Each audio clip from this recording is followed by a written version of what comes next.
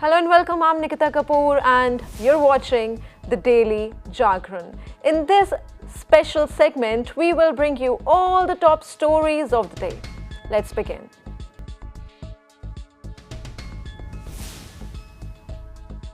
Another bizarre diplomatic twist from the corridors of the White House. US President Donald Trump has once again called upon Canada to become a part of the United States. And this time the bait is the Golden Dome. Trump says Canada can join the US missile defense system, which is the Golden Dome, for free, only if it agrees to become the 51st state of the United States. If not, then Canada must pay $61 billion to America if it wants the Golden Dome. Yes, you heard that right. On Tuesday, Trump took to his social media platform Truth Social to make a stunning declaration. Let me quote, "I told Canada, which very much wants to be part of our fabulous Golden Dome system, that it will cost $61 billion if they remain a separate but unequal nation, but will cost $0 if they become our cherished 51st state." This is what Donald Trump posted on his Truth Social. They are considering the offer, Trump said, an offer that sounds less like a security agreement and more like expansion pitch wrapped in political fantasy. While Trump claims Canada is considering his offer, there is no evidence to support that as of now. So what is the Golden Dome that has suddenly become a billion-dollar bargaining chip between Canada and US? Inspired by Israel's Iron Dome, the Golden Dome is Trump's ambitious and expensive vision of a missile defense shield unlike any other. Costing a jaw-dropping $175 billion, the Golden Dome goes far beyond traditional missile defense system. It includes a vast network of surveillance satellites, a separate fleet of attacking satellites designed to shoot down missiles right after launch, and a promise that it can intercept threats from anywhere in the world, even space. So where does Canada really stand in all this? Newly appointed Canadian Prime Minister Mark Carney, who took office just last month, acknowledged last week that Canada is exploring investment options in the Golden Dome project. That's not the same as signing a check, and it's certainly not an agreement to give up sovereignty. Nowhere did he say Canada is ready to become a US state in exchange for missile defense system. Trump here is openly putting a price on Canada's sovereignty and mocking its independence. Remember, Canada and the US share the longest undefended border in the world. They are NATO partners, major trade allies, deeply interlinked economies. Let's zoom out now. The world is in a new arms race, but it is not just about land and sea anymore. It's about the skies above and even space. From China's hypersonic missiles to North Korea's growing arsenal, the threat landscape is evolving fast, and Trump wants the Golden Dome to be America's answer. For now, Canada remains just what it is, an independent nation weighing its options in an increasingly dangerous world.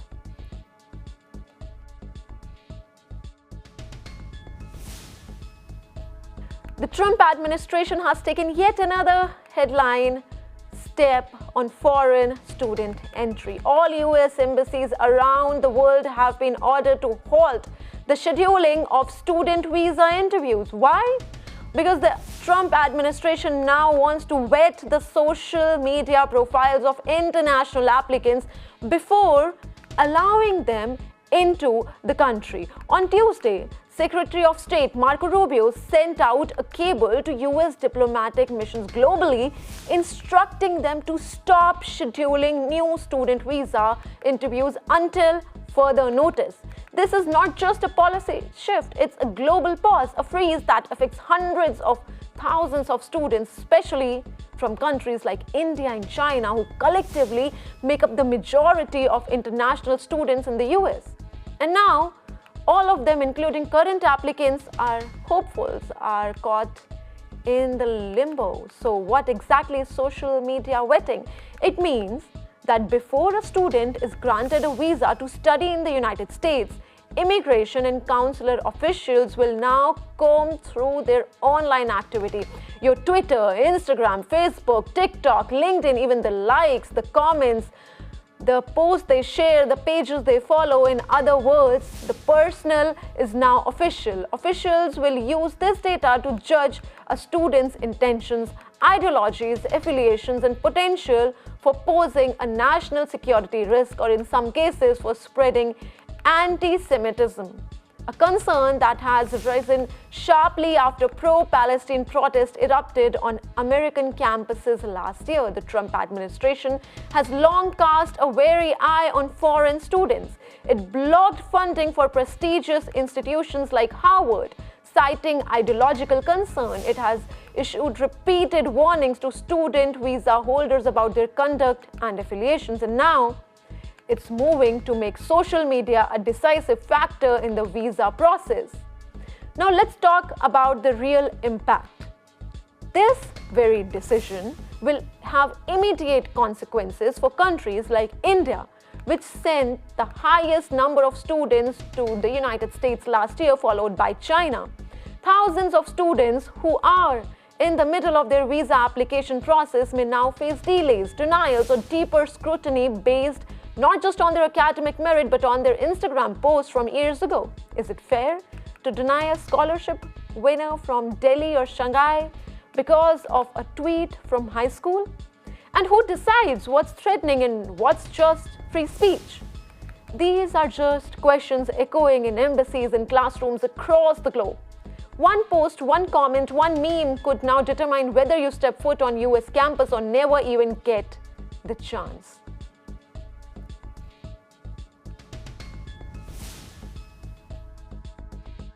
A dangerous escalation between two of the world's most powerful men, Donald Trump and Vladimir Putin. A new phrase has entered the global discourse once again: World War III. And it wasn't whispered in the shadows or uttered in a closed-door briefing. It was posted publicly for the world to see. It all started with a post by US President Donald Trump on his social media platform, Truth Social. Trump accused Russian President Vladimir Putin of playing with fire for refusing to engage in ceasefire talks with Ukraine. He went a step further, saying what Vladimir Putin doesn't realize is that if it weren't for me, lots of really bad things would have already happened in Russia. And I mean really bad. This is what Trump said. But it's what came next that turned alarm into outright alarm bells. Russia's senior security official, Dmitry Medvedev, responded with a chilling counterpoint. He said, and I quote, "I only know of one really bad thing, World War III." Now let's be clear, this is not just a war of words. Just months ago in March 2024, Putin himself warned Western countries in his nation address and said any move to send NATO or US troops into Ukraine, he said, could result in a nuclear confrontation. Trump, meanwhile, has ramped up his criticism of Putin. Just this week, he said Putin had gone absolutely crazy for escalating aerial attacks on Ukrainian cities despite international pressure for a ceasefire.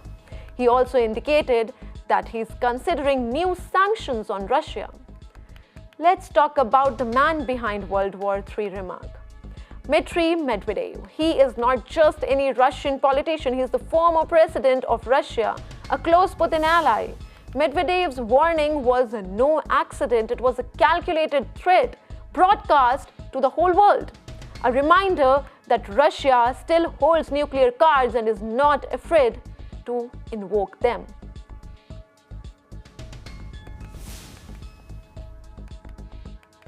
The fierce language debate is raging. A comment by veteran actor and politician Kamal Haasan has set off a firestorm of controversy, pitting Tamil pride against Kannada identity just weeks before the release of his highly anticipated film, Thug Life.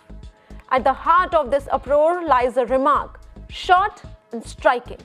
Kannada was born out of Tamil language. These words spoken on a stage at a film launch in Chennai have not just ignited linguistic outrage in Karnataka, they've also touched a raw nerve in India's deeply emotional language politics.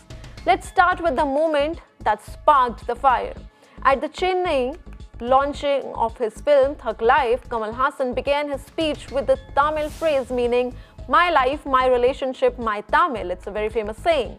He then turned to Kannada actor Shivraj Kumar, who was also present at the event, and said, "This is my family. That's why he has come here. That's why I began my speech saying life, relationship in Tamil. Your language, Kannada, was born out of Tamil, so you too are included."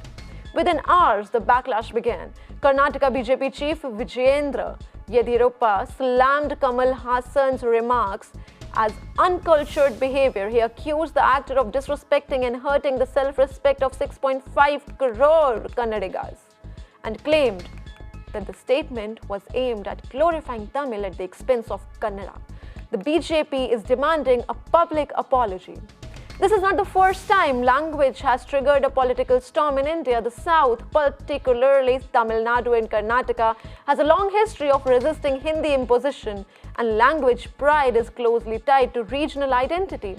Earlier, during the same promotional event, Kamal Haasan even urged people to learn neighboring languages first and Hindi later.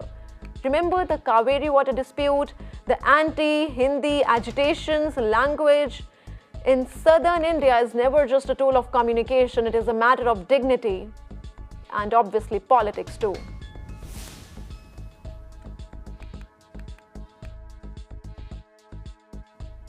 Congress MP Shashi Tharoor rained fire at Pakistan and gave a stern warning to Shehbaz Sharif for backing terrorists. In an explosive speech in Panama City, Shashi Tharoor, while addressing Panama Assembly President and other parliamentarians, emphasized on Pakistan's deep ties with terrorism. Congress MP also made it clear that terrorists will have to pay a price. Remember, Shashi Tharoor is heading a parliamentary delegation on India's post-Operation Sindoor diplomatic outreach. Listen in to what Shashi Tharoor said. But what has changed in recent years is that the terrorists have also realized they will have a price to pay. On that, let there be no doubt. When, for the first time, India breached the line of control between India and Pakistan to conduct a surgical strike on a terror base, a launch pad, the Uri strike in September 2015, that was already something we had not done before. Even during the Kargil war, we had not crossed the line of control. In Uri, we did. Then came the attack in Pulwama in January 2019. This time we crossed not only the line of control, we crossed the international border and we struck a terrorist headquarters in Balakot. This time we have gone beyond both of those. We have not only gone beyond the line of control and the international border, we have struck at the Punjabi heartland of Pakistan by hitting terror bases, training centers, terror headquarters in 9 places. A video from the Under-16 Asia Ocean Junior Davis Cup has gone viral, not for a breathtaking match point, but for a moment of deeply disappointing behavior, one that's making headlines for all the wrong reasons. During the 11th place playoff match between India and Pakistan, India emerged victorious, defeating Pakistan with 2-0 in the tie. But what happened after the match is what has set the internet ablaze. In the video that surfaced 3 days after the match, we see the players walking towards each other, a customary handshake that symbolizes mutual respect regardless of who wins or loses. But instead of a handshake, the Pakistani player is seen aggressively smacking the Indian player's hand, not once, but twice after seemingly missing it the first time. And it doesn't end there. The video shows him shrugging dismissively, an action many are calling out as unsportsmanlike, aggressive and disrespectful. As expected, the video has triggered a wave of reactions across social media platforms. Let's be honest, what you show on court today shows your character. Let's not forget, the Indian players did not just win the match, they did so with grace and composure. In the 11th place playoff, India comfortably beat Pakistan. This match wasn't a semi-final or final, and yet emotions ran so high it spilled over into something no one ever wants to see. Winning is easy to celebrate, but how one handles defeat, that's the real test of a character. To the Pakistani player involved, this is a teachable moment. To the Indian player on the receiving end, you showed grace, and that deserves to be celebrated more than the scorecard itself.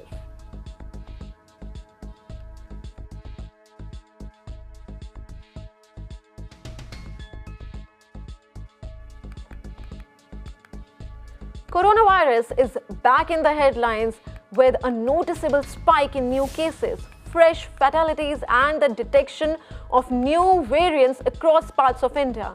While health officials stress that the situation remains under control, the numbers paint a picture that's raising concerns and demanding vigilance. India has crossed the 1,000 mark in active COVID-19 cases, with 1,010 cases currently being monitored nationwide. At least 12 people have died, a grim figure spread across Maharashtra, Rajasthan, West Bengal, Karnataka and Madhya Pradesh. And notably, 9 of these deaths have occurred just within the last week.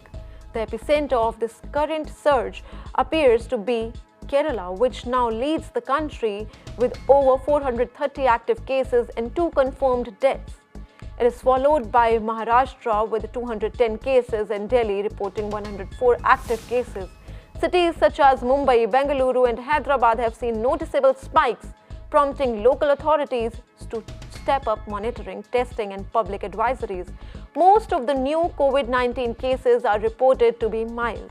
There is no significant increase in hospitalizations, and the deaths have largely occurred in patients with pre-existing health conditions. However, what has health experts watching closely is the emergence of new variants in the recent wave. While officials haven't released full genomic details yet, early indicators suggest that these variants may be highly transmissible, although not necessarily more deadly, at least for now. Experts are urging people not to panic but to remain alert, especially in crowded public spaces. The Union Health Ministry says that the situation is manageable, adding that the health infrastructure is fully prepared to handle any further rise in the cases. Testing is being stepped up in hotspots. Advisory messages on mask usage in enclosed public spaces are back in some states. But so far, no lockdowns, no travel restrictions, and no school closures have been announced.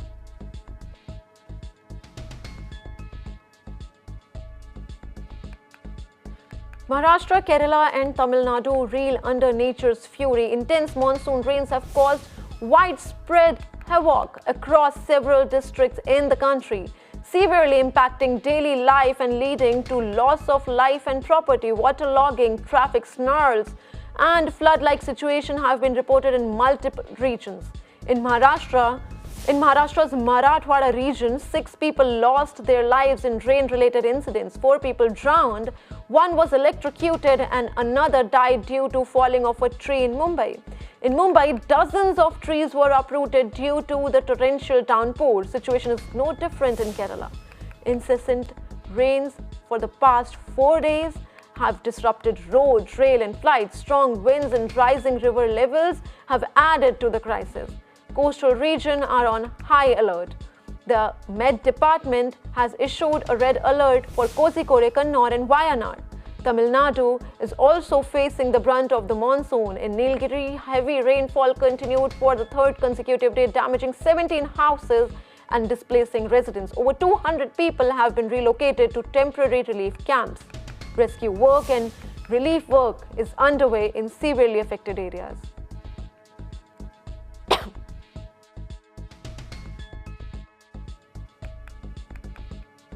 The magic is back. After months of fan theories, memes, and enough rumors, HBO has officially revealed the brand new faces who will bring our beloved Harry Potter trio back to life for a whole new generation. Let's start with the moment we've all been waiting for. Introducing Dominic McLaughlin as Harry Potter. He may be a fresh face to many, but he's no stranger to the screen, having recently starred in the Sky's sitcom Grow, funnily enough alongside the man who will now play Hagrid. Arabella Stanton as Hermione Granger, Alastair Stout as Ron Weasley. These three young actors beat out more than 30,000 hopefuls from across the world in an open casting call. The announcement came with a post from HBO on Instagram. The makers shared, "Dear Mr. Potter, Miss Granger and Mr. Weasley, we're pleased to inform you that you have a place at Hogwarts School of Witchcraft and Wizardry." I mean, goosebumps, right? The series is produced in association with Bond Film and TV and Warner Bros. The production begins this summer. J.K. Rowling is involved in the production, ensuring the lore stays loyal while the visuals, tone and depth get a modern-day makeover. So, what can we expect? More magic, more mischief, and a whole new generation of fans falling under the spell of the wizarding world. Whether you grew up waiting for your Hogwarts letter or you're just discovering it, this new chapter is for all of us.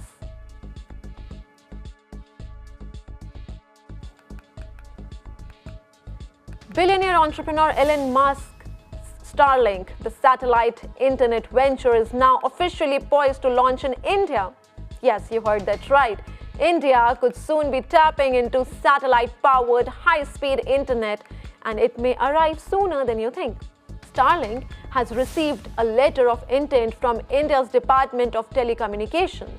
This is a crucial green light. It allows the company to begin rollout preparations across India, bringing it one step closer to offering satellite internet to millions. Now, Starlink still awaits its final nod, approval from InSpace, India's nodal agency for regulating private space activity. If that approval comes through in time, analysts say we could see Starlink go live in India by late 2025 or early 2026.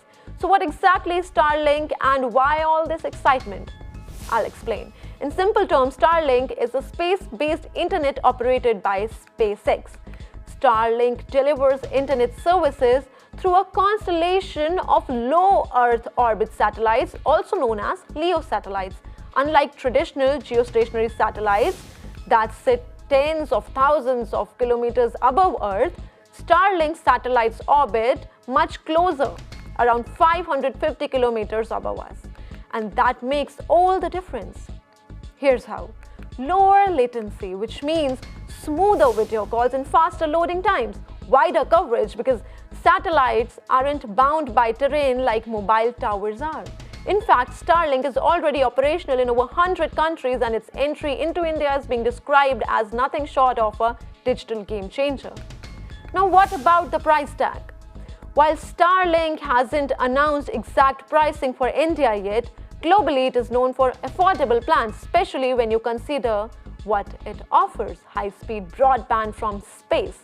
Experts say it will likely compete with other Indian internet providers, but not by replacing them, rather by reaching where they currently can't. As we wait for final approvals and further rollout details, one thing is for sure: the sky is no longer the limit. Well, this is all what we have time for in this special segment. For more news and updates, subscribe to the Daily Jagran. You can also log on to jagran.com. You can also download the Jagran app. Thanks for watching. This is Nikita Kapoor signing off.